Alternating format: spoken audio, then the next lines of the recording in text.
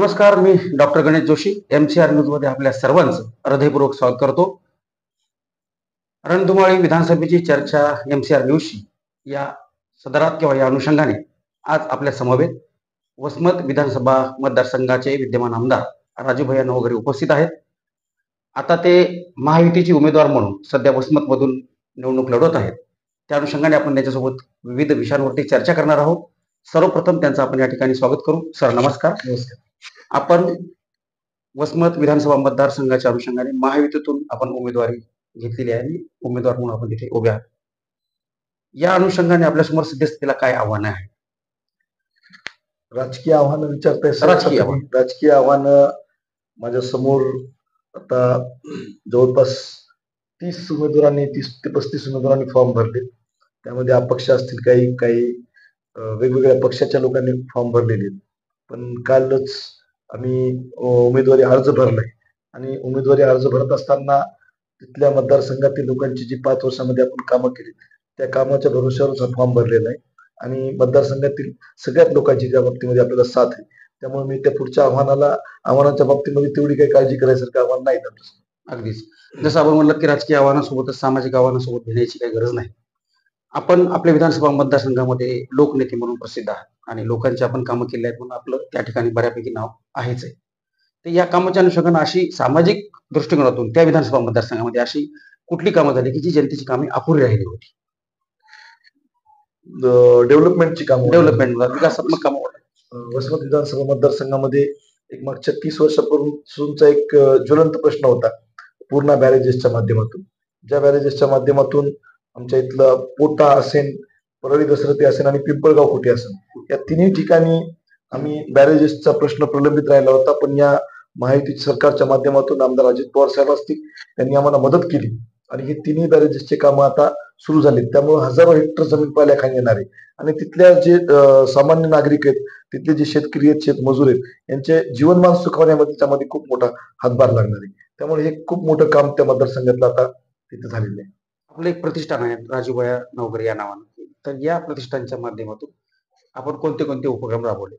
आम्ही सेवा प्रतिष्ठानच्या माध्यमातून वसमत विधानसभा मतदारसंघामध्ये जवळपास दरवर्षी सामुदायिक विवाह सोहळे करतो. त्या माध्यमातून 400 मुला मुलींचे लग्न हे डायरेक्टली विवाह सोहळ्यामध्ये आणि 600 मुलींच्या लग्नांना सेवा प्रतिष्ठानच्या माध्यमातून मदत केलेली. जवळपास 1000 लग्न आपण त्या माध्यमातून सेवा प्रतिष्ठानच्या माध्यमातून मदत केली.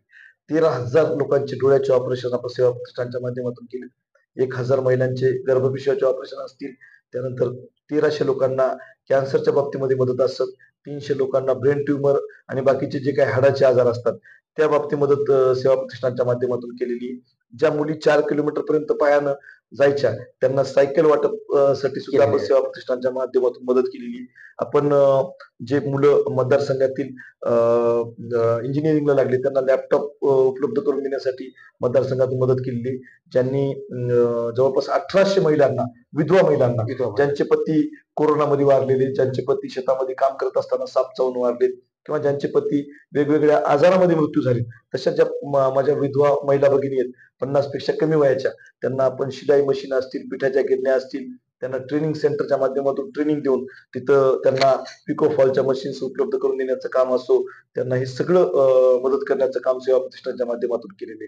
आपण त्या बाबतीमध्ये काम करत असताना ज्या मूकबधीर असतात, त्यांना ऐकू येत नाही, त्यांना जवळपास 450 लोकांना आपण स्टारकीच्या मशीन्स उपलब्ध करून देण्याचं काम केलेलं आहे. आपण जवळपास मतदारसंघातील 70 लोकांचे जे आपले जॉईंट रिप्लेसमेंटचे ऑपरेशन करून देण्याचं काम केलेले. आपण खूप मोठ्या प्रमाणावर सेवा प्रतिष्ठानच्या माध्यमातून आपण वसमत मतदारसंघामध्ये 10,000 लोकांना राशन कार्ड काढून देण्याचं काम असो, जे काही मुलांना कोणी तहसीलमध्ये गेल्यानंतर, पंचायत समितीमध्ये गेल्यानंतर ओळख देत नाहीत अशा लोकांसाठी जवळपास 1000 लोकांना उत्पन्नाचे प्रमाणपत्र, कास्ट सर्टिफिकेट्स असतील, त्यांना वेगवेगळे ई श्रम कार्ड असतील, अशा जवळपास 1,40,000 माझ्या सेवा प्रतिष्ठानचे लाभार्थी आहेत आणि हे काम आम्ही या मतदारसंघामध्ये उभं केलं. काय सेवा प्रतिष्ठानच्या माध्यमातून 65,000 महिलांना पंढरपूरचं दर्शन घडून आणण्याचं काम आपण केले. 65,000 मतदारसंघात 65,000 200-250 गावामधून 5,000 वसमत शहरातील महिलांना माहूरचं दर्शन त्या माध्यमातून करून आणलेलं आहे. 5,000 महिलांना आपण कपिलधारचं दर्शन घडून आणण्याचं काम केलंय. 5,000 महिलांना आपण 7,000 महिलांना 7,000. आणि पुरुष आणि महिला मिळून आपण नागपूरच्या दीक्षाभूमीचं दर्शन घडवून आणण्याचं काम केलेलं आहे. असं खूप मोठ्या प्रमाणावर काम आपण प्रतिष्ठानचं काम एकंदरीत पाहिलं तर आपण सामाजिक दृष्टिकोनातून म्हणजे इकडे विधानसभा yes. सांभाळत म्हणजे आपली आमदारकी सांभाळत विज्ञानापासून हा. ते देवापर्यंत सगळ्या देवापर्यंत सर्व गोष्टीपर्यंत काम आपण त्या प्रतिष्ठानच्या माध्यमातून केले. Yes, yes. म्हणजे प्रतिष्ठान अगोदर आहे का आपल्या विधानसभा सदस्य पदादी आहे? प्रतिष्ठानच्या म्हणजे आपलं समाजकार्य जे आहे ते प्रतिष्ठान माध्यमातून अगोदर सेवा मित्रमंडळाच्या माध्यमातून चालू होतं, नंतर त्याला आपण सेवा प्रतिष्ठान केलं आणि ग्रामोदय सेवाभावी संस्थेच्या माध्यमातून ही सगळी कामं आणि ते आजराम चालूच आहे. आपण मागील 5 वर्षामध्ये वसमत विधानसभा मतदारसंघाचे आमदार म्हणून काम कार्य केलं आहे आणि ते लोकप्रिय आहे. तर या विधानसभा मतदारसंघामध्ये आपण विकास कामे काय काय केली आहेत त्याबद्दल थोडक्यात सांगा. विकास कामामध्ये पूर्णा बॅरेजेस त्याच्यासाठी जवळपास 800 कोटी रुपयाचा निधी आणलाय. हजारो हेक्टर जमीन पाण्याखाली येणार आहे. दुसरं, या मतदारसंघामध्ये प्रत्येक क्षेत्रामध्ये काम करण्याचा प्रयत्न केलाय आपण. डेव्हलपमेंटच्या बाबतीमध्ये जर आपण बघत असाल तर MIDC आपण प्रस्तावित केलेली, त्यासाठी खूप मोठा निधी मतदारसंघामध्ये येणार आहे. त्यानंतर आपण मुख्यमंत्री ग्रामसडक योजनेच्या माध्यमातून काम केलेलं आहे. प्रत्येक खेड हे शहरापर्यंत जोडण्यासाठी, मुख्य रस्त्याला जोडण्यासाठी आपण तिथं काम केले. आपण मातोश्री पांधन रस्त्याच्या माध्यमातून ग्रामीण भागातील जी शेतरस्ते आहेत त्यांना मजबूतीकरण करण्याचं काम त्या माध्यमातून केलेलं आहे. आपण ADBLच्या माध्यमातून, एशियन डेव्हलपमेंट बँकेच्या माध्यमातून सुद्धा जवळपास 29 किलोमीटरचा एक रस्ता आपण तिथं आणण्याचं काम केलेलं आहे. अजून आपल्या इथं ज्या काही प्रशासकीय इमारती आहेत त्यामध्ये पंचायत समिती बिल्डिंग असेल, बस स्टँड असेल, जिल्हा आरोग्य केंद्र असेल, उपजिल्हा रुग्णालयामध्ये 50 स्क्वॉटचं वाढीव हॉस्पिटल असेल ते सुद्धा पूर्ण झालेलं आहे. आपण आता वसमतला वुमन्स हॉस्पिटल आहे, इथं सुद्धा जवळपास 29 कोटी रुपयाची नवीन बिल्डिंग मंजूर करून आणलेली आहे. अगोदर आमचं 60 कॉटचं होतं, आता 110 कॉटचं जवळपास ते हॉस्पिटल तिथं उभं राहतंय. अजून मतदारसंघामध्ये प्रचंड मोठ्या प्रमाणावर आपण विकास कामं करण्याचा प्रयत्न केला. आता आपण महायुतीमधून उमेदवार म्हणून त्या ठिकाणी लढत करत आहात, परंतु या ठिकाणी फार मोठं आव्हान राजकीय दृष्टिकोनातून असेल किंवा सामाजिक दृष्टिकोनातून हा विषय नंतरचा आहे. परंतु गुरु आणि शिष्य अशी आपली त्या ठिकाणी लढाई आहे. याबद्दल काय सांगू शकाल? गुरु आणि शिष्याच्या बाबतीमध्ये माहित नाही. मी निवडणूक लढवत आहे राष्ट्रवादी काँग्रेस पक्षाकडून.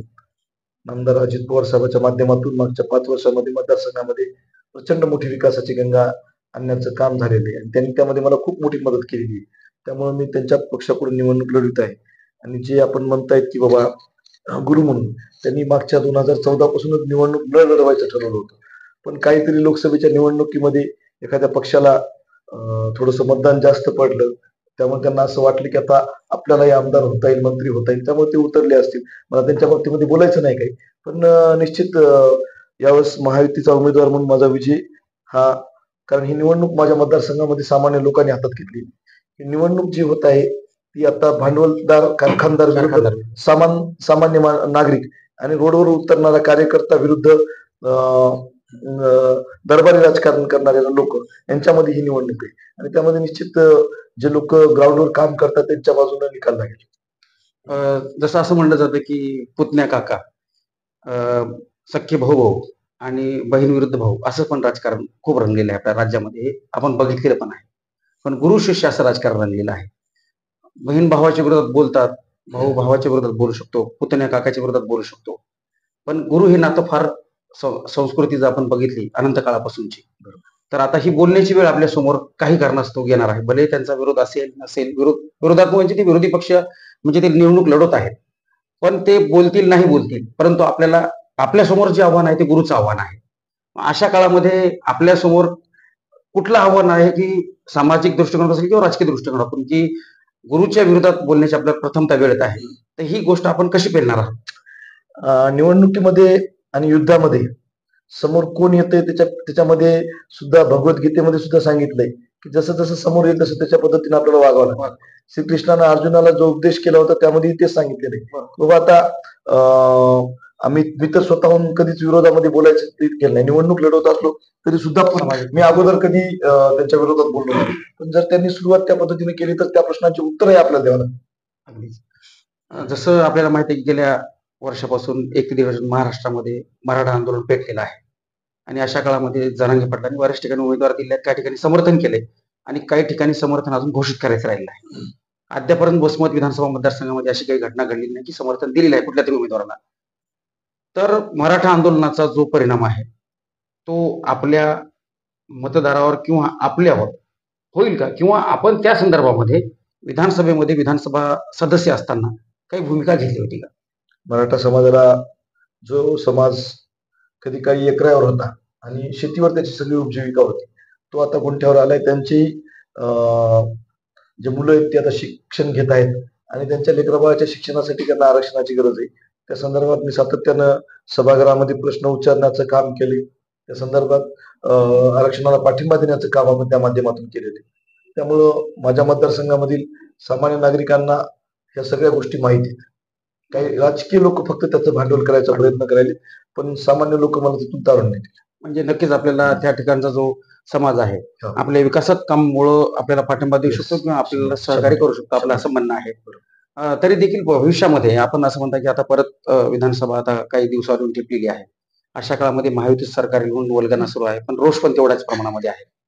तर आपल्याला निश्चित या पद्धतीने काय वाटतं की बाबा भविष्यामध्ये जर महायुती सरकार परत आलं तर जरांगे पाटलांनी जे आंदोलन उभं केलं होतं त्याला खऱ्या अर्थानं आपण न्याय देऊ शकाल? निश्चित भेटेल. निश्चित न्याय भेटेल. कशा स्वरूपाने देऊ शकाल म्हणजे काय असेल त्या मागचं? नाही, आता ते त्यांच्या मागण्या आहेत. त्या मागण्यामध्ये त्या पण मागण्या त्यांनी काय निस्वार्थी माणूस म्हणून जरांगे पाटील पुढे आले. त्यांनी तिथं समाजासाठी मागण्या केल्या आहेत आणि त्या मागण्याच्या संदर्भामध्ये सरकारमध्ये सुद्धा पॉझिटिव्ह भूमिका घेण्याची त्यांची आहे. तर त्याला वेळ लागणार. त्यामुळे ते थोडंफार थोडा वेळ लागेल, पण ते होऊ शकते. आता वसमत विधानसभा मतदारसंघ हा राजकीय दृष्टिकोनातून सर्व ठिकाणावरती मोठ्या प्रमाणात हिंगोलीमध्ये सगळ्यात मोठा विधानसभा मतदारसंघ तिथे बरंच मंत्री माजी मंत्र्यांचा मतदारसंघ ओळखला जातो. म्हणजे जयप्रकाश दांडेगावकरांपासून ते जयप्रकाश मुंदडापर्यंत गणेशराव आणि दुधगावकर गणेश गावापासून ओळखला जातो. परभणीमध्येच विलिनीकरण होतं तेव्हापासूनचा. येस. परंतु आता हा मतदारसंघ आपल्याकडे म्हणजे इनडायरेक्टली आपल्याकडे चाललेला आहे. आपण आपले विद्यमान आमदार आहात आणि अशा परिस्थितीमध्ये ह्या मतदारसंघामध्ये राजकीय दृष्टी वलय फार मोठं आहे. मग आता हे वलय आपल्या सोबत कुठपर्यंत आहे? म्हणजे कुठपर्यंत म्हणाल्यापेक्षा सामाजिक दृष्टिकोनातून ठीक आहे तिथपर्यंत येऊ शकेल. परंतु या काळामध्ये हे इलेक्शन सगळ्या देशाचं लक्ष लागलेलं आहे, निव्वळ महाराष्ट्राचं नाही. अगोदर कसं होतं युती आणि महायुती किंवा महाविकास एवढंच होतं. महायुती आणि युती असं 2-3 समीकरणं असायची. पण आता सगळी जमवाजमव झाली, खिचडी झाली, अपक्ष आहेत, त्याच्यानंतर वंचित आहे, त्याच्यानंतर महायुती आहे, महाविकास आघाडी आहे. अनेक उमेदवार ज्यांना बी फॉर्म दिले होते त्यांनी सुद्धा भरले नको असताना. अशी खूप मोठी खिचडी, मित्रपक्ष म्हणजे असं बऱ्याच ठिकाणी हे युद्ध सुरू आहे. अशा युद्धामध्ये सुद्धा आपल्याला खूप मोठं आव्हान निर्माण आहे. मागची जी निवडणूक होती ती आपल्याला कमी अधिक थोडी सोपी गेली असेल किंवा अवघड हा नंतरचा भाग झाला. ह्यावेळची निवडणूक ही खूप अवघड जाणार आहे. ही निवडणूक अवघड जाणार आहे याबद्दल आपलं कॉन्फिडन्स कसं आहे की ही खरंच निवडणूक अवघड जाईल का आपल्यासाठी निवडणूक साधारण इझी जाईल किंवा सोपी जाईल? मागची जी निवडणूक होती ती आपण एक नौखा उमेदवार म्हणून उभं टाकलं होतं. बरोबर. पण माझी प्रतिमा स्वच्छ असल्यामुळे त्या लोकांनी मला तिथं निवडून आणायचं काम केलं. ही निवडणूक माझ्यासाठी अत्यंत सोपी आहे.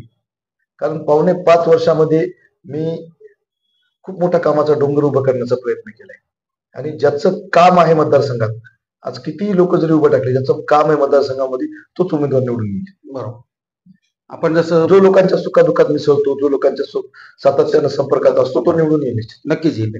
आपण काही थेट आमदार नाहीत, आपण खूप राजकारण मध्ये आलं असताना आपला जो कारकीर्द आहे ती मला वाटतं सरपंच सदस्य ग्रामपंचायत इथून सुरुवात झाली कारकीर्द आहे आणि आपल्याला त्यामुळे जनतेची नाळ नक्कीच माहिती असते सर्वसामान्यांचे काय कामं असतात. आपण ती परिपूर्ण केलेली आहे.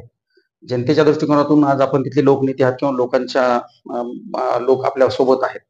तरी देखील पुढील काळामध्ये राजकीय दृष्टिकोनातून म्हणा किंवा विकासात्मक दृष्टिकोनातून म्हणा की वसमत या विधानसभा मतदारसंघामध्ये शैक्षणिक, आरोग्य किंवा अनेक सामाजिक ज्या काही भूमिका असतील किंवा जे काही सामाजिक प्रश्न असतील ते नेमके आपल्यासमोर कुठले प्रश्न आहेत जे पुढचे आव्हान असणार आहे? आमचा हिंगोली जिल्हाच एज्युकेशनली बॅकवर्ड होता. पण हे जे महायुतीचं सरकार आलं त्यांनी 17 सप्टेंबर 2023ला आम्ही सातत्यानं मागणी केल्यानंतर लगेच मेडिकल कॉलेजची मान्यता आमच्या इथे दिलेली आहे. त्यामुळे एज्युकेशनल जे बॅकवर्ड आहेत त्यानंतर वसमतला आम्ही आता लॉ कॉलेज आणलेलं आहे, बीबीए कॉलेज आहे. बाकी सगळे जवळपास 5 नवीन कॉलेज आणण्याचा प्रयत्न केलाय आणि त्याची मान्यता सुद्धा झालेली आहे आणि मेडिकल कॉलेज सुद्धा आलेले आहे. भविष्यात सुद्धा मला वसमतला एज्युकेशन हब करायचा त्या दृष्टीने आम्ही आता स्पर्धा परीक्षेचं केंद्र वसमतला उघडतोय. त्याचं जवळपास 80% काम सुद्धा पूर्ण झालेलं आहे. त्यामुळं एज्युकेशनलच्या बाबतीमध्ये वसमत शहरामध्ये आणि वसमत तालुक्यामध्ये मतदारसंघामध्ये निश्चित पुढच्या काळामध्ये एक नवीन क्रांती घडेल. अगदी. ग्रामीण भागातले जे काही प्रश्न आहेत सध्याचे बऱ्यापैकी आता ती आपल्या विधानसभा मतदारसंघात असल्यामुळे विचारतोय मी कारण तो खरं ग्रामपंचायतच्या सरपंच असेल किंवा तिथली यंत्रणा असेल त्यांनी करायला पाहिजे. तरी देखील ग्रामीण भागातून मतदान झाल्यानंतर ग्रामीण भागातल्या मतदारांचा किंवा तिथल्या ग्रामस्थांचा विचार असतो की आमचं गाव पण चांगल्या पद्धतीने विकसित झालं पाहिजे. असे काही आपण मॉडेल या संदर्भात किंवा आपण 5 वर्ष जो कालखंड उपभोगला आमदार या काळामध्ये, तर असे काही आपल्याकडे मॉडेल गावामध्ये किंवा आपण गाव विकसित केले आहे किंवा पुढे करणार आहात असं काही एखादं असे मतदारसंघामध्ये खूप गाव आहेत. एका गावाचं उदाहरण देता येणार नाही, की तिथली जी ग्रामपंचायत असो, तिथले जे कार्यकर्ते आहेत माझ्यासोबत राहणारे, ते जर तिथं काम करणारे असतील, म्हणजे खालच्या लेवलला जर काम करतील, ते ग्राउंडला जर काम करणारे असतील, तर जे राज्य सरकारचा निधी असते, केंद्र सरकारचा निधी असते, आपल्या जिल्हा वार्षिक योजनेचा निधी असतो, ते राज्य सरकारकडून खेचून आणण्याचं काम आपण आमदार म्हणून करू शकतो. तर त्याचं इम्प्लिमेंट करायचं काम त्या खालच्या कार्यकर्त्यांचं असते. तशा बाबतीमध्ये आम्ही आमच्या मतदारसंघामध्ये खूप मोठ्या प्रमाणावर आयडियल वर्क्स करण्याचा प्रयत्न केलाय. त्यामध्ये प्रत्येक समाजाचे सभागृह असतील, सांस्कृतिक सभागृह असतील, ज्याच्यामध्ये त्यांचे धार्मिक कार्यक्रम, सांस्कृतिक कार्यक्रम झाले पाहिजे, त्यासाठी प्रयत्न करतोय. मी माझ्या मतदारसंघामध्ये काही जे काही तांड्या वस्ती आहेत, तिथं सुद्धा प्रत्येक गावात अभ्यासिका सुरू केली. जवळपास अशा 20 ते 25 गावामध्ये पण या 1.5 वर्षामध्ये अभ्यासिका सुरू केलेल्या आहेत. त्यांना सगळं तिथं अभ्यासिकेचा सेट उपलब्ध करून देणं, सगळे बुक्स उपलब्ध करून देणं, हे सगळ्या गोष्टी आपण त्या माध्यमातून केलेल्या आहेत. जवळपास 80-85 गावामध्ये आपण व्यायामशाळा उपलब्ध करून देण्याचं काम केलेलं आहे, की जेणेकरून ही जी नवीन तरुण पिढी आहे, ती कुठेही बिड्याकड्यांच्या पुढ्याच्या नदी लागली न पाहिजे, त्यांनी कुठेही तिथं व्यसनाधीनतेच्या मध्ये न गेले पाहिजे, आणि त्या माध्यमातून त्यांनी एक सशक्त पिढी घडण्यासाठी आपण तिथं व्यायामशाळेची सुद्धा गरज पूर्ण केली. महायुती सरकारच्या काळामध्ये अनेक चांगले निर्णय घेण्यात आले. आपण त्याचे शिलेदार आहात किंवा आपण त्याचे म्हणजे साक्षीदार आहात. लाडकी बहीण योजना हे प्रकरण शेवटी आलं आणि आता राजकीय ताशेरे असे ओढले जात आहेत की लाडकी बहीण योजना संदर्भामध्ये की ही योजना फक्त भुरळ पाडण्यासाठी होती मतदारांना, पुढे ही लाडकी योजना बहीण जी योजना ही बंद पडणार आहे. आपण असं गृहीत धरूया, सरकार बदललं तर बंद पडेल, पण आपलंच जर सरकार आलं तर ही लाडकी बहीण योजना चालू राहील का? निश्चित ती कशा स्वरूपाची चालू आहे? ती आता जे त्यांना 1500 रुपये दरमहा भेटतो, एक आपण सगळेजण म्हणतो की महिलांना आपण समानतेचा हे दिलं पाहिजे, त्यांना आपल्या बरोबरीत आणलं पाहिजे, ह्या सगळ्या गोष्टी फक्त बोलतात. पण आता ही महायुतीच्या सरकारने हे करून दाखवलेले. तुम्ही बघत असताल की प्रत्येक महिलेच्या खात्यावर 1,500 रुपये आल्यानंतर, आणि जे काही माणूस असो, महिला असो, जे आर्थिकदृष्ट्या सक्षम बनल्यानंतर त्यांचा जो कॉन्फिडन्स वाढलेला असतो, आणि तो कॉन्फिडन्स आता प्रत्येक गावात गेल्यानंतर आम्हाला त्या महिलांच्या चेहऱ्यावर दिसतोय. निश्चित ही एक अत्यंत उत्कृष्ट योजना आहे आणि ती निश्चित भविष्यामध्ये चालू राहील. उलट त्याचं स्वरूप वाढेल. आता लाडकी बहीण योजना आहे, तसं आता लाडका भाऊ असं एक चर्चा चालू आहे. त्या लाडक्या भावासाठी म्हणजे आपण शेतकऱ्यांसाठी केली. शेतकरी हा भारत देशाचा कणा आहे. आपण भारत देशाला कृषीप्रधान देश म्हणून ओळखतो, त्याची ओळख आहे.